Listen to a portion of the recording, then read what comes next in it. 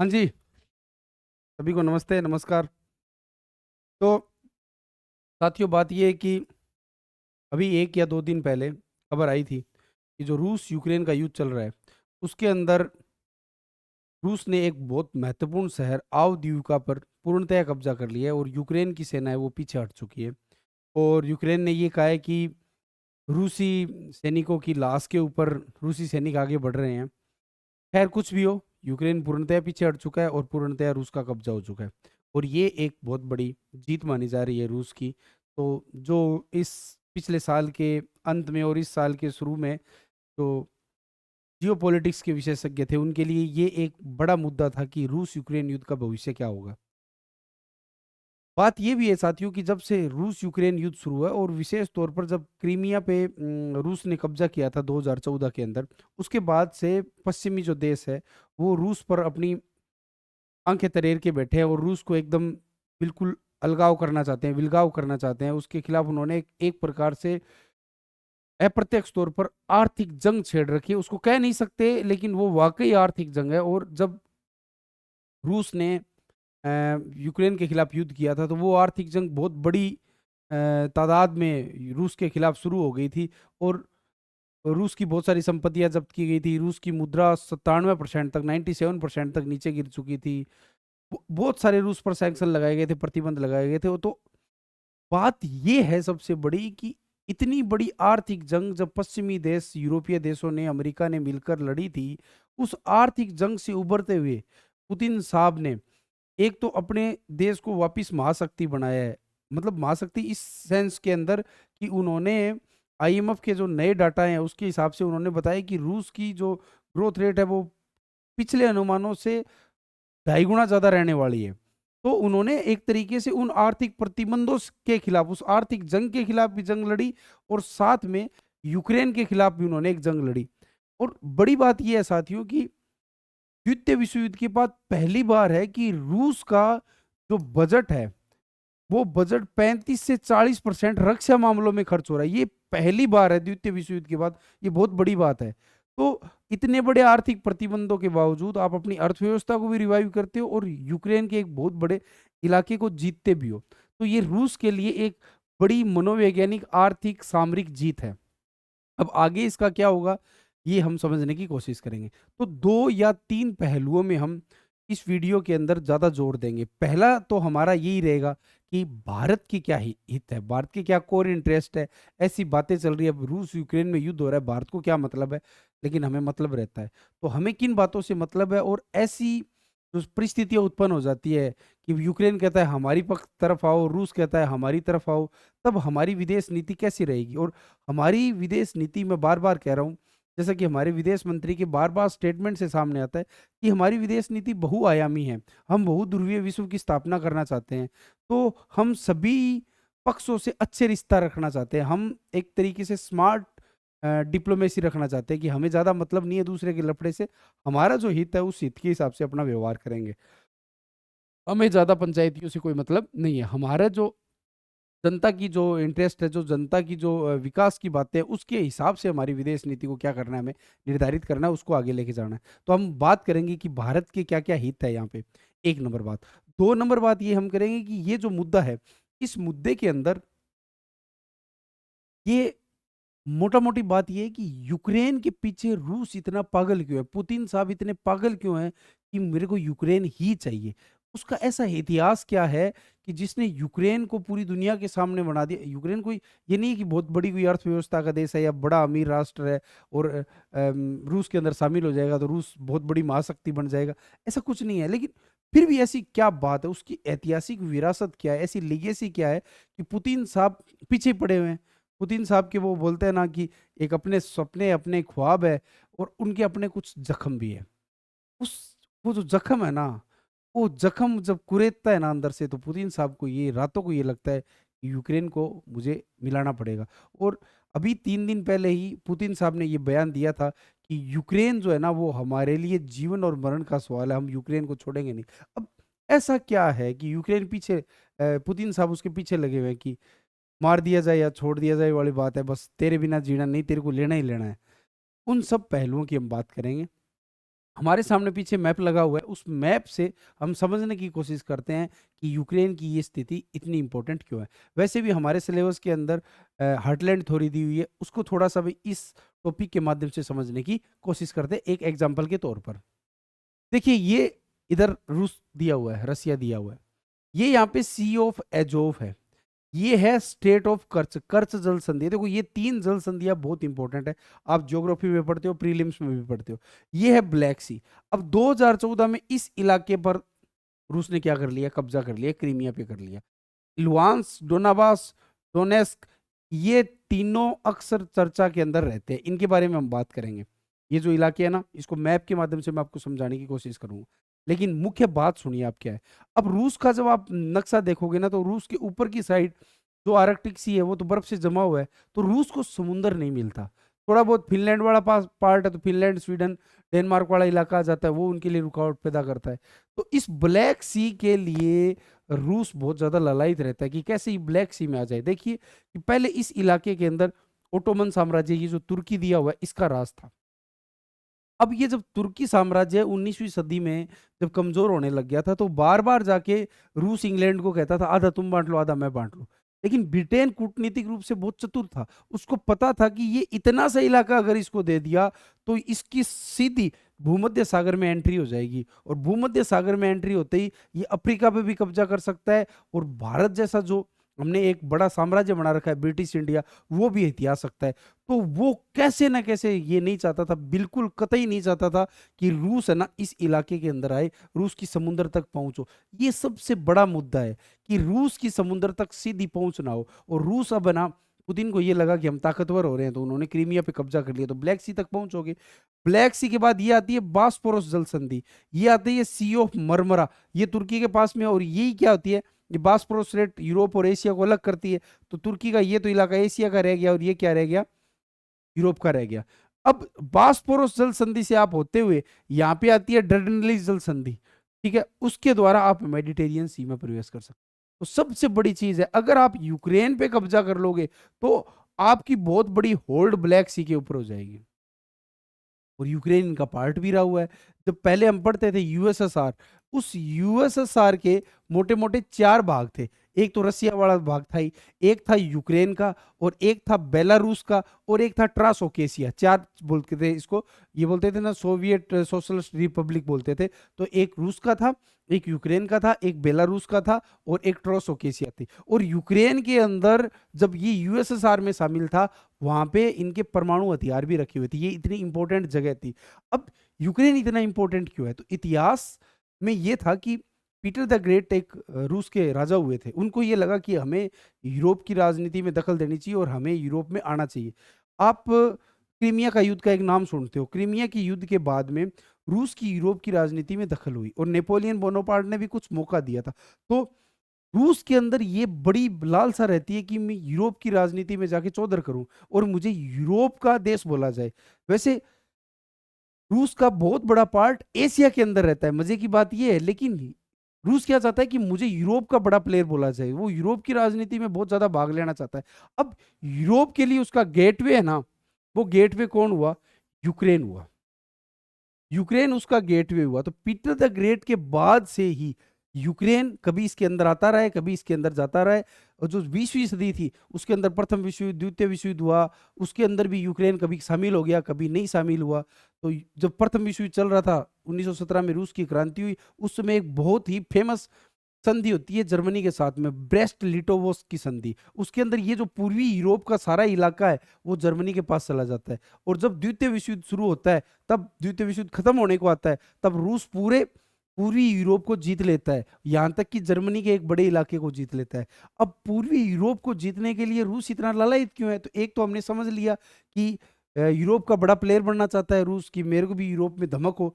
दूसरी बात ये कि मैकिंडर नाम का एक जियोपॉलिटिशियन था, उसने एक थ्योरी दी थी, हार्टलैंड की थ्योरी, कि जो पूर्वी यूक्रेन के ऊपर राज करेगा ना, वो पूरी वर्ल्ड आइलैंड पे राज करेगा। तो पूर्वी यूरोप रूस के लिए बहुत ज़्यादा ज़रूरी हो जाता है। और पश्चिमी देश अच्छी तरीके से जानते हैं कि अगर पूर्वी यूरोप पे ये कंट्रोल कर लेगा तो उधर अटलांटिक ओशियन वाले समुद्र तक भी इसकी पहुंच हो जाएगी और दूसरी भूमध्य सागर तक भी इसकी समुद्र की पहुंच हो जाएगी। तो इसीलिए सभी पश्चिमी देश रूस के खिलाफ एकजुट हो जाते हैं और हमने देखा है कि रूस यूक्रेन युद्ध के अंदर पश्चिमी देशों ने बहुत ज़्यादा एकजुटता दिखाई है और यूक्रेन को बहुत ज़्यादा क्या किया है, सपोर्ट किया है। तो कुल मिला के ये बड़ा-बड़ा इतिहास है। अब इसको हम डिटेल वाइज़ समझने की कोशिश करेंगे। अब आते हैं भारत वाले मुद्दे के ऊपर। भारत का मुद्दा क्या है? मैंने कहा ऊर्जा, सुरक्षा, निवेश। हम ये 3 चीज़ों के ऊपर है ना दुनिया के देशों के साथ संबंध ज़्यादा बनाने की कोशिश करते हैं। ऊर्जा, जैसा कि 2 सालों से हम चर्चा में सुन रहे हैं कि भारत रूस से बहुत सस्ता तेल ले रहा है। क्यों नहीं लेगा? क्योंकि भारत चाह रहा है कि उसकी एनर्जी रिसोर्सेज हो ना वो डाइवर्सिफाई हो। डाइवर्सिफाई का मतलब विविधता हो। अब विविधता दोनों पक्षों में हो। पेट्रोल के ऊपर भी हो, सौर ऊर्जा के ऊपर भी हो, नवीनीकरणीय ऊर्जा के ऊपर भी हो, आपके न्यूक्लियर एनर्जी के ऊपर भी हो, बायोमास के ऊपर भी हो। अपनी विविधता को हम बढ़ाएँ, कोयले पर भी हो, सभी जगह हो। दूसरा विविधता ये कि हमें सभी देशों से मिले। अब आज रूस यूक्रेन युद्ध चल रहा है, रूस से हम सारा का सारा मान लो पेट्रोल के लिए रूस पे निर्भर हो जाएँ और कल को रूस के साथ जाने-अनजाने में कुछ हो जाए, तो हमारे तो ऊर्जा संकट पैदा हो जाएगा। तो हम चाहें कि सभी देशों से जो पश्चिमी देश हो, चाहे नाइजीरिया हो, चाहे उधर जाके वेनेजुएला हो, चाहे अमेरिका के अंदर कोल गैस हो, कुछ भी हो, हमें सभी देशों से सभी प्रकार की ऊर्जा मिले ताकि हमारी एनर्जी डाइवर्सिफाई हो, ताकि हम अपने देश की ऊर्जा ज़रूरतों के क्या कर सकें, पूरा कर सकें। एक नंबर बात। दूसरी कि हमारे जो रक्षा के हथियार है, वो बहुत ज़्यादा रूस से आ रहे हैं, क्योंकि हमारे यूएसएसआर के साथ बहुत अच्छे संबंध रहे हुए हैं। बांग्लादेश के साथ जब पूर्वी पाकिस्तान के साथ युद्ध हुआ था, तो जो बड़े देश थे उनमें से यूएसएसआर एकमात्र मुल्क था जिसने हमें एकदम सीधे-सीधे सपोर्ट किया था और अमेरिका को भी चैलेंज किया था कि भारत हमारा मित्र है, अगर आप इस पे हमला करोगे तो ये वर्ल्ड वार भी हो सकती है।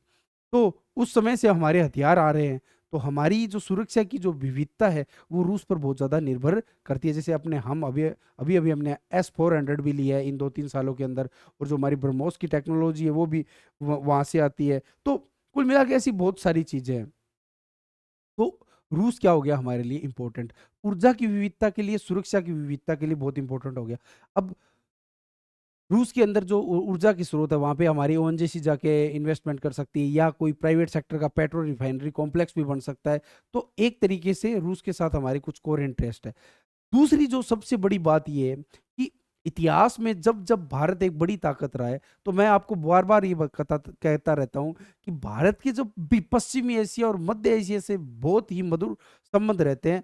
तो परिवहन बढ़ता है, व्यापार बढ़ता है, सांस्कृतिक गतिविधियाँ बढ़ती है, तो भारत एक बड़ी ताकत के रूप में उभरता है। तो पश्चिमी मध्य एशिया से कनेक्शन भारत के लिए बहुत ही ज़्यादा ज़रूरी है। मध्य एशिया वाले कौन से देश? कज़ाकिस्तान, तुर्कमेनिस्तान, किर्गिस्तान, तजाकिस्तान, ये सब जो 5 देश हैं, ये मोटे-मोटे मंगोलिया, ये मध्य एशिया के देश बोले जाते हैं। तो अगर हमारे रूस से अच्छे संबंध हो गए, तो मध्य एशिया से भी क्या हो गया हमारे बढ़िया संबंध हो गए। तो मध्य एशिया से अच्छे संपर्क स्थापित करने के लिए ज़रूरी है कि हमारे रूस के साथ संबंध स्थापित अच्छे हो और इस इलाके के अंदर क्या रहे, शांति रहे। देखो शांति के बिना कुछ भी नहीं हो सकता। तनाव बढ़ेगा, तो रिश्तों में तनाव और ज़्यादा आएगा और रिश्तों में तनाव ज़्यादा आएगा, तो व्यापार प्रभावित होगा, कुल मिला के आर्थिक गतिविधियाँ प्रभावित होगी और हमारा विकास क्या होगा? अवरुद्ध होगा। तो इन्हीं मुद्दों पर हम बातचीत करने की क्या करेंगे, कोशिश करेंगे। चलिए ठीक है, देखते हैं। तो सबसे पहले हम मैप से समझते हैं कि पिछले दिनों में क्या-क्या हुआ था। तो मैंने आपको बताया था कि पुतिन साहब की अपनी यादें हैं, अपने सपने, अपने ख्वाब हैं। अब अपना उनका ज़ख्म क्या है कि जब यूएसएसआर का विघटन हुआ था, उस समय पुतिन साहब क्रेमलिन में काम करते थे और उन्होंने देखा था कि एक इतना बड़ा साम्राज्य, इतना बड़ा देश कैसे टुकड़ों में टूट गया और उसके पता नहीं कितने टुकड़े हुए। तो पुतिन साहब के वो जख्म है। पुतिन साहब को ये लगता है कि पश्चिमी देशों ने मेरे देश के टुकड़े किए थे और मैं जब तक उसको वापस न ले लूं तब तक मुझे चैन नहीं आना चाहिए। तो कुल मिला के हम ऐसे कह सकते हैं कि पुतिन साहब के जो पूर्वज थे वो कभी यूक्रेन के अंदर अपनी भैंसे गाय बांधते थे, खेती करते थे। तो एक तरीके से उनका वहाँ पे बाड़ा था, नोरा था, खेत था। उस खेत को, उस बाड़े को और नोरे को लेने के लिए क्या है ना, पुतिन साहब जी जान से लगे हुए हैं और पुतिन चाहते हैं कि जहाँ पर मेरे पूर्वज कुछ कार्य करते थे, जहाँ पे मेरे पूर्वजों का कब्जा था, उस इलाके को मैं लेके रहूंगा। तो वो फिल्मों में डायलॉग होता है ना कि बाप का, दादा का, भाई का, सबका बदला लेगा। तो पुतिन साहब है ना, वो उस सारे बदले को लेने के लिए ना यूक्रेन के पीछे लगे हुए हैं। और इसीलिए पिछले 2 या 3 सालों के अंदर अखबार के अंदर, तमाम मीडिया के अंदर, सोशल मीडिया, जो प्रिंट मीडिया और आपकी इलेक्ट्रॉनिक मीडिया, टीवी मीडिया, सबके ऊपर पुतिन साहब छाए हुए हैं। तो उनका एक जख्म है, और इस जख्म के लिए वो यूक्रेन के क्या हुए, पीछे लगे हुए हैं। तो मैंने आपको ये बता दिया था, ये क्रीमिया का इलाका था जिसको उन्होंने 2014 में हड़प लिया था। ये फरवरी 2022 की बात है। हमले से पहले क्या हुआ था कि इस इलाके के अंदर रूस के जो अलगाववादी लोग थे उन्होंने कब्जा कर रखा था। ये जो येलो के अंदर है ना, इस इलाके के अंदर। ये कब की बात है? फरवरी 2022 की, हमले से पहले की बात है। आगे चलते हैं।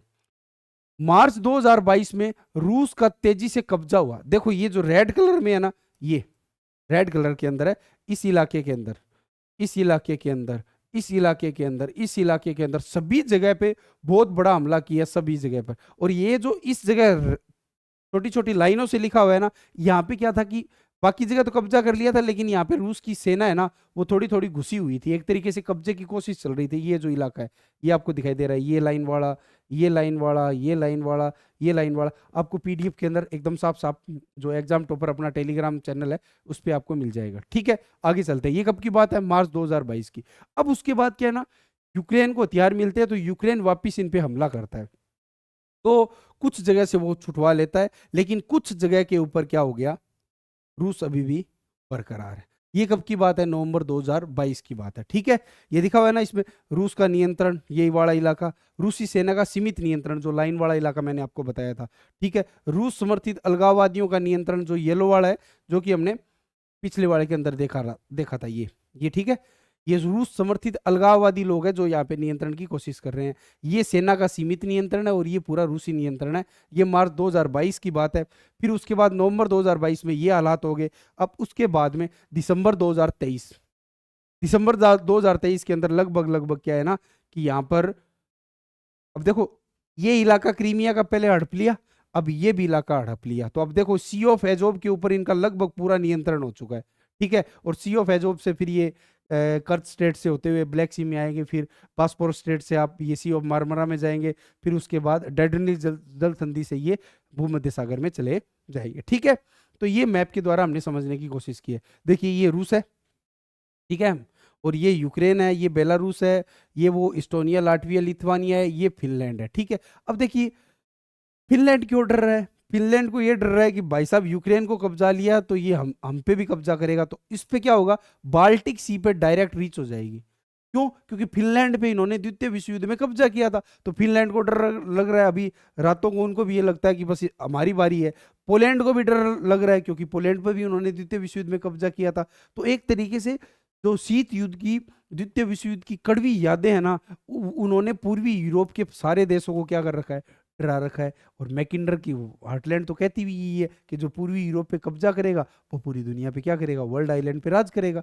तो कुल मिला के मैप के माध्यम से हमने ये समझने की कोशिश की थी कि रूस यूक्रेन पे कब्जा क्यों करना चाह रहा है।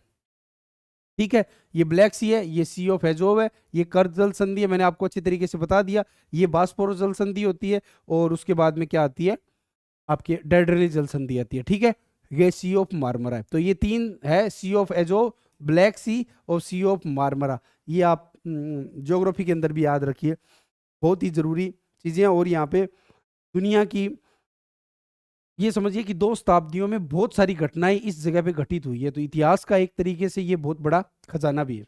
आगे चलते हैं। ये मैप मैंने आपको अच्छे तरीके से समझा दिया था। ठीक है, अब बात करते हैं अपने point two point bullet wise. मैंने बताया था कि आर्थिक जंग जो पश्चिमी देशों ने रूस के खिलाफ लगाई थी, रूस की मुद्रा 97% तक नीचे गिर गई थी, बहुत सारी संपत्तियों को जब्त कर लिया था, बहुत सारी आर्थिक गतिविधियों पर प्रतिबंध लगा दिया था। तो रूस अपनी मुद्रा के द्वारा व्यापार नहीं कर सकता था। कुल मिला के रूस उस आर्थिक जंग से बाहर निकला। आईएमएफ ने यह कहा है कि हमने जो अनुमान लगाया था उस अनुमान से 2.5 गुना ज्यादा रूस आर्थिक तरक्की करने वाला है। तो रूस ने एक साथ 2 जंग जीत रहा है। एक उन्होंने आर्थिक जंग से, जो पश्चिमी देशों ने थोपी थी, उससे जीत रहा है, और दूसरा वो यूक्रेन के ऊपर भी कब्जा करता जा रहा है, जैसे उन्होंने अभी अभी एक पूरे शहर के ऊपर कब्जा किया है। तो अब जंग ऐसे होगी कि यूक्रेन और दूसरी तरफ रूस की बेशुमार ताकत, क्योंकि मैंने कहा रूस ने 35 से 40% अपनी अर्थव्यवस्था का, जीडीपी का बजट है ना, वो रक्षा क्षेत्र में लगा दिया है। दूसरा, रूस की जनसंख्या 14-15 करोड़ है, तो वो जितने चाहे उतने सैनिक भर सकता है, क्योंकि वहां पे ऑटोक्रेसी है, डेमोक्रेसी तो है नहीं कि भर देंगे तो लोग विरोध करेंगे, आप ऐसी सेना की भर्ती कैसे कर सकते हो। अब रूस के खिलाफ कोई बोलता है, जैसे अभी 3 दिन पहले अलेक्सी नवेलेनी की मौत हो गई थी, उससे पहले वैगनर जो चीफ था प्रिगोजिन, उसकी हत्या होगी। तो वैगनर क्या है कि वैगनर एक ऐसी सेना है प्राइवेट लोगों की, जो एक तरीके से ये समझिए कि माफिया टाइप के लोग हैं, जो दूसरे देशों में जाकर और रूस के इंटरेस्ट में काम करते हैं। तो वो प्रिगोजिन ने पुतिन के खिलाफ बगावत की थी, उनको भी निपटा दिया, नवेलेनी को भी निपटा दिया। तो ऑटोक्रेट आदमी है, जो जैसे चाहे वैसे कर सकता है। तो वो चाहे तो 15 करोड़ लोगों में से 1 करोड़ को सैनिक बना सकता है, लेकिन यूक्रेन ऐसा नहीं कर सकता। दूसरा कि यूक्रेन के पास वो अनुभव नहीं है आर्मी का जो रूस के पास है। रूस के पास तो एक बहुत बड़ी लिगेसी है ना आर्मी की। तो अब रूस की बेशुमार ताकत से यूक्रेन कैसे लड़ेगा? अब पश्चिमी देश तो इनको सपोर्ट दे सकते हैं ना, हथियार दे सकते हैं और पैसे दे सकते हैं, लेकिन उसकी भी एक लिमिट होती है। फिर क्या है, यूक्रेन जैसा छोटा देश है ना, वो थकने लग जाता है। और ये अब है ना, एकदम साफ साफ दिखाई दे रहा है, यूक्रेन की थकावट है वो युद्ध के अंदर साफ दिखाई दे रही है। और जैसे जैसे रूस आर्थिक तरक्की करेगा और जैसे जैसे नए शहरों पे कब्जा होगा, रूस का कॉन्फिडेंस बहुत ज़्यादा बढ़ता जाएगा और यूक्रेन के लिए दिक्कतें आ जाएगी। अब जंग जो होती है ना, जंग युद्ध होता है, वो दो चीज़ों से लड़ी जाती है, इच्छा शक्ति और सप्लाई। अब क्या है ना, पुतिन की इच्छा शक्ति का फिलहाल इस मामले में पूरी दुनिया में कोई तोड़ नहीं है। और मैं बार बार कह रहा हूं कि रूस के पास इसकी सप्लाई लाइन क्या है, ज़्यादा है। तो यूक्रेन का पक्ष क्या हो गया, कमज़ोर हो गया। और मैं फिर कह रहा हूं कि इस युद्ध के अंदर यूक्रेन की थकावट है, वो साफ साफ हमें दिखाई दे रही है। द्वितीय विश्व युद्ध के बाद रूस का बहुत बड़ा रक्षा बजट, जैसे कि मैंने बता दिया, 35 से 40% है, ठीक है। अलेक्स नेवेलेनी की अभी मौत हुई और पुतिन अब एक तरीके से एक पूरे एब्सोल्यूट पावर के तौर पर, एक ऑटोक्रेट के तौर पर उभर चुके हैं। और मैंने ये भी बताया था कि अभी पिछले 6 महीने पहले वैगनर आर्मी चीफ तो प्रिक जॉन थे, उनकी वो क्या कर चुके थे, हत्या कर चुके थे। लेकिन दूसरी तरफ क्या है कि पश्चिमी देशों के अंदर है डेमोक्रेसी, अब वहां पे जनता को जवाब देना पड़ता है। अब जैसे अमेरिका ने पहले तो एक साल तक खूब बजट दिया यूक्रेन को, लेकिन अब वहाँ की जो पार्लियामेंट है, वहाँ पे डिबेट होती है कि आप ऐसे फालतू का कैसे खर्चा लगा रहे हो। और डोनाल्ड ट्रंप भी उभर रहे हैं, क्योंकि राष्ट्रपति चुनाव आ रहे हैं। अब ट्रंप का तो ये है कि भाई साहब अमेरिका फर्स्ट, हमें दुनिया से क्या मतलब है, आपने वो तो ये कहते हैं नाटो से ही बाहर चले जाओ, क्या मतलब है। उनकी एक अलग टाइप की पॉलिटिक्स है। और अब वो पॉलिटिक्स कुछ भी करे, लेकिन उनके पीछे जनता का समर्थन है ना, तो जनता ये बोलेगी भाई साहब वहाँ पे लड़ाई हो रही है, क्या मतलब है, हमारे रिसोर्सेज आप यूक्रेन में क्यों दे रहे हो। तो पश्चिमी देशों के अंदर एक हिचकिचाहट है, लेकिन ऐसी हिचकिचाहट रूस में नहीं है। क्यों? क्योंकि रूस में ऑटोक्रेट है। पुतिन को ये लगता है कि मैं उस जगह जहां पे मेरे बाप दादा खेती करते थे, पशु बांधते थे, बाड़ा था हमारा, नोरा था, हमारी खेती थी, हमारा घर था, वहां पे मैं कब्जा करके रहूंगा। क्योंकि पुतिन का सपना है, पुतिन अपने उस जख्म को क्या है ना, रात को कुरेदते हैं और बोलते हैं चलो यूक्रेन पे कब्जा करते हैं। लेकिन ऐसी हिचकिचाहट पश्चिमी देशों में है, लेकिन पुतिन के पास नहीं है। और यही हिचकिचाहट क्या है ना, यूक्रेन की थकावट को और ज्यादा बढ़ा देती। विश्व युद्ध की विरासत है, मैंने आपको बताया था। जैसे मैं आपको छोटा सा बताता हूँ कि पूरी यूरोप के अंदर जब ब्रेस्ट लिटोवोस की संधि होती है, ब्रेस्ट, ये होती है संधि 1917 के अंदर। तो पूर्वी यूरोप का बहुत बड़ा इलाका जर्मनी के पास चला जाता है। और लेनिन ये बोलते हैं कि एक बार युद्ध से बाहर निकलो और रूस पर ध्यान दो और जार के शासन को उठाओ। फिर उसके बाद लेनिन साहब चले जाते हैं, स्टालिन आते हैं और स्टालिन अपने तरीके से कृषि सुधार करते हैं, पंचवर्षीय योजना लेके आते हैं। और उस पंचवर्षीय योजना में अब रूस को आप गौर से देखोगे ना, तो यूक्रेन का जो इलाका है वहां पे एक नदी जाती है, नीपर बोल लो या नाइपर नदी बोल लो, तो वो ब्रेड बास्केट का इलाका है, मतलब वहां पे बहुत ज्यादा खेती होती है। तो अब एग्रीकल्चर रिफॉर्म, बाकी तो रूस बंजर है, बर्फ का इलाका है, पथरीला इलाका है, वहां पे तो खेती होगी नहीं, खेती हो रही है यूक्रेन के इलाके के अंदर। तो उन्होंने एग्रीकल्चर रिफॉर्म यूक्रेन में ज्यादा की। और आपको पता है कि जब स्टालिन ने अपनी आर्थिक नीतियों को लागू किया था, तो बहुत सारे लोग मारे गए थे। तो ये यूक्रेन में हुआ। अब यूक्रेन के अंदर वो खौफ है कि यार वैसे लोग वापिस आ गए तो पता नहीं ये क्या क्या करेंगे। और दूसरी ये चीज थी कि जब यूक्रेन रूस के अंदर का था, तो रूसी भाषा भी बोलो, जबान भी आपकी रूसी बोलनी है। यहाँ तक कि रूस के लोग जो चर्च सिस्टम मानते थे, यूक्रेन के लोग जो चर्च सिस्टम मानते थे, उस चर्च सिस्टम को आप साइड कर दो और हमारा रूस वाला जो चर्च सिस्टम है ना उसको मानो। मतलब सभी चीज़ है ना, आपकी दिलो-जुबान सब पे रूस क्या कर रहा था? कब्ज़ा कर रहा था। तो वो जो उनके पुरखे जो कहानियाँ सुनाते थे कि स्टालिन का दौर कितना क्रूर था, तो यूक्रेन को ये लगता है कि अगर अब रूस ने कब्ज़ा कर लिया, तो पता नहीं क्या होगा। और इसीलिए यूक्रेन के पास कुछ भी ना होते हुए, यूक्रेन एक बहुत बड़ी इच्छा शक्ति जिजीविसा दिखाते हुए क्या कर रहा है? रूस के खिलाफ जंग लड़ रहा है और 2 साल से इस जंग को रोक रहा है। वरना जब जंग शुरू हुई थी, बोल रहे थे 10 दिनों में, 15 दिनों में यूक्रेन पे कब्ज़ा होगा, लेकिन नहीं। यूक्रेन ने वो जज्बा दिखाया और रूस को रोक के रखा है। उसका कारण ये है कि उनकी वो कड़वी यादें ना उनको याद करवाती है कि भाई साहब अगर ये वापिस आ गए ना, तो पता नहीं ये क्या करेंगे। दूसरा, शीत युद्ध के समय क्या था, पूर्वी यूरोप बेचारा कसमसा के रह गया। इधर तो पश्चिमी देश खींचते थे और पश्चिमी यूरोप के देश खींचते थे और इधर वो खींचते थे। अब पूरी यूरोप के लोग पिछले 30-35 साल से कुछ चैन से रह रहे हैं। अब उनको ये लग रहा है कि यार ये वापिस झमेला शुरू हो गया, तो हमारा क्या होगा? तो कुल मिला के बात ये है कि शीत युद्ध की कड़वी यादें हैं उनके पास, स्टालिन की क्रूर यात्राओं का खौफ है उनके अंदर, विश्व युद्ध की उनकी विरासत। आप खुद सोच के देखिए 20वीं सदी के अंदर यारो, कि पहले वो रूस का हिस्सा था, फिर ब्रेस्ट लिटोवोस की संधि के द्वारा जर्मनी का चला गया, 30 साल बाद फिर रूस उन पे कब्जा कर लेता है, फिर पूरी यूरोप फिर रूस के पास आ जाता है, फिर 1990 के बाद पूरी यूरोप फिर रूस से आज़ाद होकर फिर वापिस यूरोप के पास चला जाता है। तो उनकी ज़िंदगी तो इधर उधर खींचतान में चली गई ना। अब उनको ये लगता है यार ये वापिस खींचतान शुरू होगी, तो उनके अंदर वो पुरानी जो यादें हैं ना, यादें उभर के आ रही है। और उधर पुतिन का क्या सपना है कि भाई साहब ये अपने बाप का इलाका है, इसको हम कब्जा करेंगे। खैर आगे चलते हैं। यूक्रेन को इतना ज़रूरी क्यों है रूस के लिए? तो मैंने मोटा-मोटी आपको बता दिया था कि मैकिंडर की हार्टलैंड थ्योरी है, ठीक है? यूरोप की राजनीति की क्या है, उन्हें चाहत है। तो मैंने पीटर द ग्रेट का उदाहरण देके भी बताया था और फिर मैंने बताया था कि तुर्की का जो ओटोमन साम्राज्य था, वो तुर्की का ओटोमन साम्राज्य जब बिखरने वाला था, तो ब्रिटेन को जाके रूस ये बोला था, भाई साहब आधा-आधा बाँट लेते हैं। तो ब्रिटेन बोला नहीं, क्योंकि उसको पता था कि अगर मैंने आधा इलाका दे दिया, तो भाई साहब Sea of Azov, Black Sea, Black Sea से होते हुए सी ऑफ मार्मरा, मेडिटेरियन सी में जाएगा, अफ्रीका पे कब्जा करेगा, भारत पे भी कब्जा करेगा, इसको नहीं देना है। और ये ही हम प्रथम विश्व युद्ध, द्वितीय विश्व युद्ध में देखते हैं। जब मैं आपको फर्स्ट वर्ल्ड वार और सेकंड वर्ल्ड वार समझाऊंगा, तब मैं आपको बताऊंगा कि पूर्वी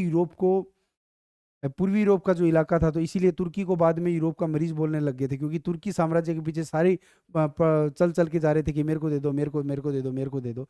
तो लेकिन उस वक्त भी क्या था कि ब्रिटेन और पूरे यूरोप ने ये ध्यान रखा कि रूस है ना, वो इस इलाके पे कब्जा ना करे, और रूस है वो क्या चाह रहा है कि इस इलाके पे कब्जा हो। यही हमें वर्ल्ड वार में देखने को मिला था। तो कुल मिला के बात है कि यूक्रेन इसीलिए यूरोप के लिए क्या हो जाता है, जरूरी हो जाता है, और समुद्र भी ज़रूरी है। तो ये 3 कारण हैं बड़े, जो क्या करते हैं कि यूक्रेन को रूस के लिए अति महत्वपूर्ण बना देते हैं।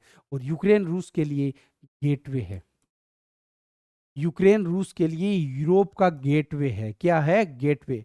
द गेटवे ऑफ, बहुत समय से गेटवे पीटर द ग्रेट के समय से है। जब पीटर द ग्रेट चाहता था कि हम भी यूरोप की राजनीति करें और थोड़ी हमारी खिड़की गेट खुले, ताकि यूरोप की कुछ ताज़ा हवा हमारे रूस के अंदर प्रवेश हो। ये पुराना इतिहास है। लेकिन मैंने आपको एक बड़ा बता दिया कि यूक्रेन रूस के लिए इतना महत्वपूर्ण क्यों हो जाता है। भारत के हित क्या है? ऊर्जा। मैंने बताया था, आप दो शब्दों की याद रखो, ऊर्जा विविधता और सुरक्षा विविधता।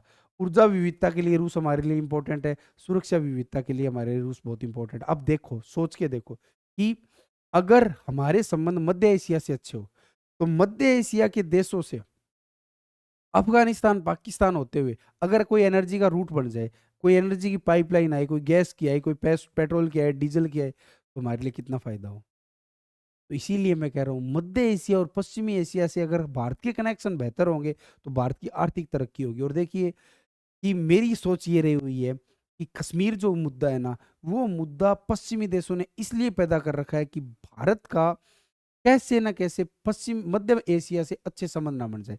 अगर भारत और पाकिस्तान के बीच में कश्मीर का मुद्दा ना हो, तो भारत के मध्य एशिया से सीधे कनेक्शन हो, तो रूस और मध्य एशिया के पास जो ऊर्जा के स्रोत है, वहां तक भारत की सीधी पहुंच हो, तो भारत की आर्थिक गतिविधियां बढ़ेगी, सांस्कृतिक गतिविधियां बढ़ेगी, क्योंकि उस इलाके से हमारी एक ऐतिहासिक विरासत है, वो भी आगे बढ़ेगी। तो सांस्कृतिक गतिविधियां बढ़ेगी, आर्थिक गतिविधियां बढ़ेगी, तो यकीनन भारत की तरक्की होगी। तो कश्मीर के मुद्दे को पश्चिमी देशों ने पैदा करके रख रखा है।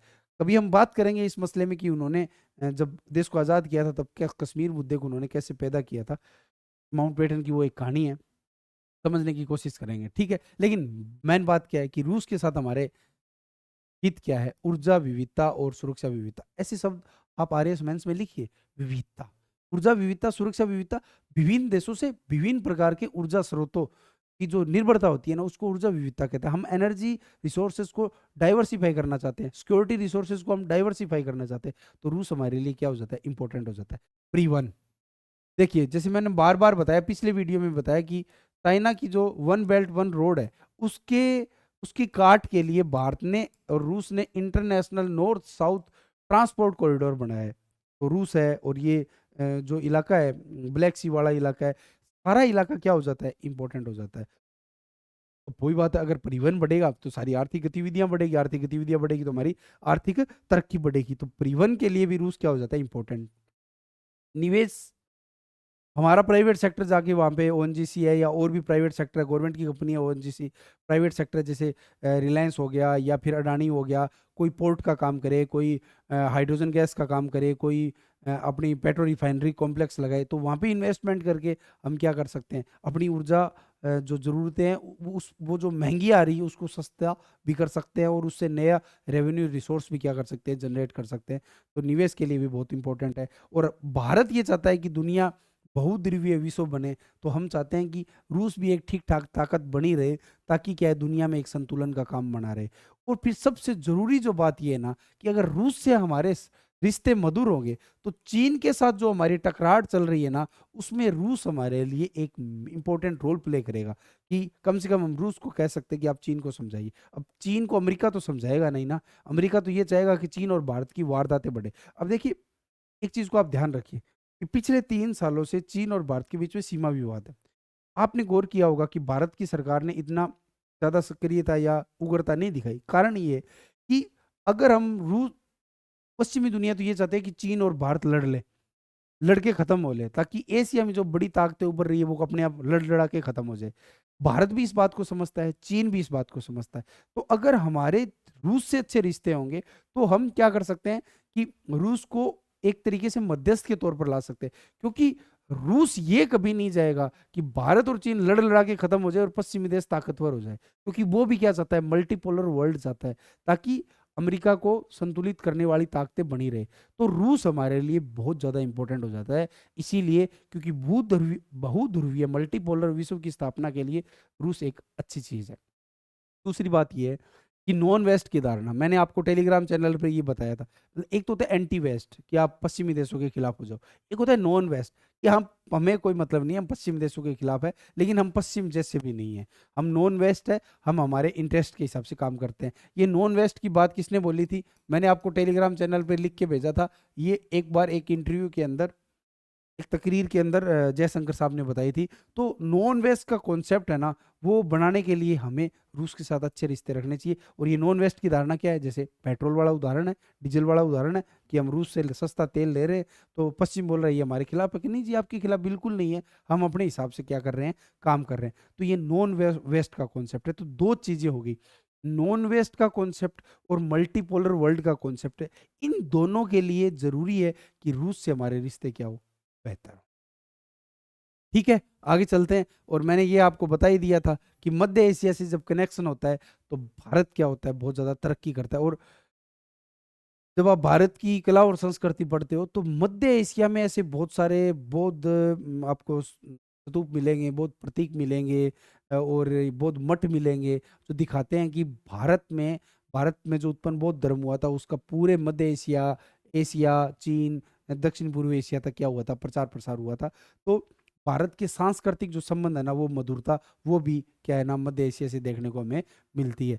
तो हम चाहते हैं कि मध्य एशिया से हमें कनेक्शन वापिस स्थापित हो, वापिस अच्छी आर्थिक गतिविधियाँ चले और भारत क्या करे? आर्थिक तरक्की करे। यूक्रेन युद्ध का भविष्य क्या होगा? अब देखिए, अक्सर क्या होता है, हम ये सोचते हैं कि जंग होती है ना, वो मैदान में लड़ी जाती है। लेकिन साथियों, मैं आपको बताऊँ कि जंग मैदान में नहीं लड़ी जाती। जंग की ये जो कुछ इंच का दिमाग होता है ना, 4 या 5 या 6 इंच का जो दिमाग होता है, उसके अंदर लड़ी जाती है। और जो जंग दिमाग के अंदर बेहतरीन तरीके से लड़ी जाती है ना, वो युद्ध जीत। और इसीलिए क्या होता है ना, युद्ध में जो धीरज रखता है वो कामयाब होता है। मेरी बात आप समझ रहे हो कि जंग युद्ध के मैदान में तो लड़ी जाती है, लेकिन इसके साथ साथ वो जो युद्ध लड़ने वाला आदमी है उसके दिमाग के अंदर लड़ी जाती है। जो साइकोलॉजी को समझता है ना, जो साइकोलॉजिकल वारफेयर को समझता है, वो आदमी युद्ध के अंदर ज्यादा कामयाब होता है। आ रही है बात समझ के अंदर? तो यूक्रेन युद्ध का भविष्य क्या रहेगा? तो ये जंग तय नहीं करेगी, ये कुछ इंच का दिमाग तय करेगा। वो दिमाग जो कहाँ बैठा है, जो वाशिंगटन में बैठा है, जो ब्रसेल्स में बैठा है, जो लंदन में बैठा है, जो पेरिस में बैठा है, जो उत्तरी कोरिया में प्योंगयांग में बैठा है, जो ईरान में तेहरान में बैठा है। क्यों? क्योंकि ये जो उत्तरी कोरिया के जो वहाँ का सेनाध्यक्ष है, जो राष्ट्राध्यक्ष है, वो भी रूस की मदद कर रहा है और तेहरान के लोग भी मदद कर रहे हैं, या कीव के जो लोग हैं या मास्को के जो लोग हैं। तो वो लोग तय करेंगे कि इस जंग का भविष्य क्या रहने वाला है। ठीक है, युद्ध के मैदान में तो जंग चल ही रही है, लेकिन उसके साथ साथ उन चीजों पे निर्भर करेगा कि ये जंग किस दिशा में जाएगी। अगर हम युद्ध की रणनीतिक पहलुओं को देखें, तो जैसा कि मैंने आपको मैप के माध्यम से बताया था कि अगर जैसे ये था, ये, अब अगर रूस ने ये इलाका तो लगभग लगभग क्या कर लिया, कब्जा कर लिया। ठीक है, अब अगर हो सकता है कि रूस इधर से हमला कर दे या रूस इधर से हमला कर दे, ठीक है, तो यूक्रेन पे और भी दबाव बना सकता है। और ये भी हो सकता है कि यूक्रेन से जैसे ये नया शहर गया है, तो उसके बाद से पश्चिमी देश है वो यूक्रेन को और ज़्यादा सपोर्ट करे। तो देखने वाली बातें होंगी क्या होगा। तो कुल मिला के बात ये है ना कि वो जो दिमाग है, जो 5 या 6 इंच की खोपड़ी है, वो जो चाहे पश्चिमी देशों में बैठी है, चाहे ईरान में बैठी है, चाहे चीन में बैठी है, चाहे उत्तरी कोरिया में बैठी है, चाहे मास्को में बैठी है, वो मिलके तय करेंगे कि इस जंग का आगे का भविष्य क्या होगा। फिलहाल बात यह है कि यूक्रेन इस युद्ध के अंदर थका हुआ दिखाई दे रहा है, और रूस ने अपने आर्थिक जंग को जीत लिया है, अपने खिलाफ आर्थिक जंग को एक एक तरीके से जीत लिया है। वो आर्थिक तरक्की भी कर रहा है, और दूसरी बात यह है कि वो जंग के मैदान में भी काफी आगे दिखाई दे रहा है। फिलहाल जो पलड़ा है वो रूस के पक्ष में झुका हुआ साफ साफ दिखाई दे रहा है। और पुतिन जो यूएसएसआर के विघटन की के जख्मों को लेके ढो रहे हैं, वो चाहते हैं कि पूर्वी यूरोप पे मैं वापस कब्जा करूं और मैं मेरे देश को वापस आर्थिक तरक्की पे लेके जाऊं। देखते हैं कि पुतिन क्या करते हैं, देखते हैं पश्चिमी ताकतें क्या करती है। ये 2024 तय करने वाला होगा। भारत के लिए ज़्यादा ज़रूरी ये है कि भारत दोनों देशों के साथ अच्छे रिश्ते रखे। भारत ने साफ कह दिया कि ये जो वक्त है वो वक्त युद्ध का नहीं है, आर्थिक तरक्की का है, युद्ध नहीं करना चाहिए। लेकिन साथ में भारत ने अपनी ऊर्जा ज़रूरतों के लिए रूस से भी मधुर संबंध बना रखे हैं, और इस बात को वो पश्चिमी देशों के सामने एकदम साफ साफ कह रहा है। और पश्चिमी देशों को भी उन्होंने एक तरीके से इस बात पे राजी कर रखा है कि हम रूस से अपनी ऊर्जा ज़रूरतों के लिए ज़रूर पेट्रोल और डीजल लेंगे, वरना 130 या 40 करोड़ का मुल्क ऊर्जा ज़रूरतों के लिए कोई दर-बदर तो भाग नहीं सकता। ओके, बहुत-बहुत शुक्रिया, धन्यवाद। आपको वीडियो कैसे लगा आप ज़रूर बताना। आप इसको अपने व्हाट्सएप चैनल, आपका जो भी टेलीग्राम चैनल और जो भी आपका सोशल मीडिया, इंस्टा, फेसबुक, उस पे आप प्लीज़ शेयर कीजिए, लाइक कीजिए और इस चैनल को सब्सक्राइब कीजिए। आपका बहुत-बहुत धन्यवाद। Thank you.